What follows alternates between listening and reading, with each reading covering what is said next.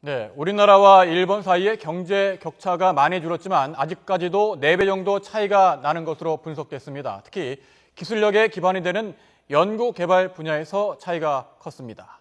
전준영 기자입니다. 우리나라 제조업계의 대표 기업들은 일본과 비교해도 경쟁력이 뒤지지 않습니다. 지난해 삼성전자는 일본 전자업계 1위인 파나소닉보다 영업이익률이 4배 이상 높았고 현대자동차도 도요타보다 앞섰습니다. 하지만 전체 기업들의 경쟁력 측면에서는 여전히 일본은 앞서 있고 한국은 추격하는 모양새입니다. 세계 시장에서 점유율 1위인 품목을 보면 우리나라가 일본의 4분의 1에 불과하고 포춘 500대 기업에 포함되는 기업 수도 비슷한 수준입니다. 양국 간 GDP 규모 차이가 4배 정도 되기 때문에 그만큼의 격차가 나는 것으로 해석할 수 있습니다. 하지만 미래의 경쟁력을 좌우할 연구 개발 분야의 격차가 이보다 훨씬 더 크다는 건 문제입니다.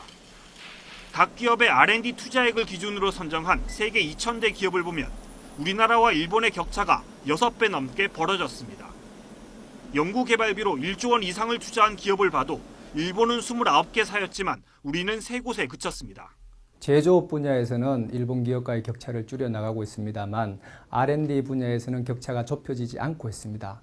우리 기업들도 R&D 투자를 보다 확대해야 되겠지만 정부 차원의 지원 정책도 보다 강화되어야 합니다.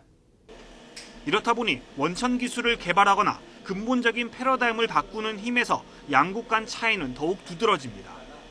일본이 과학 분야 노벨상 수상자를 16명이나 배출하는 동안 우리는 1명의 수상자도 내지 못한 부분도 뼈아픈 부분입니다. 신융합 제조업의 어떤 커다란 도전에 직면해 있습니다. 이거는 우리나라 대기업의 앞으로 경쟁력을 오히려 약화시킬 수 있는 엄청난 변화인데 이거에 대한 대응이 아직까지는 가시화되고 있지 않습니다. 일본이 최근 엔저 효과에 힘입어 다시 글로벌 경쟁력을 회복하고 있는 가운데 우리 기업들도 한 단계 도약할 수 있는 과감한 혁신이 필요하다는 지적입니다. YTN 전준영입니다.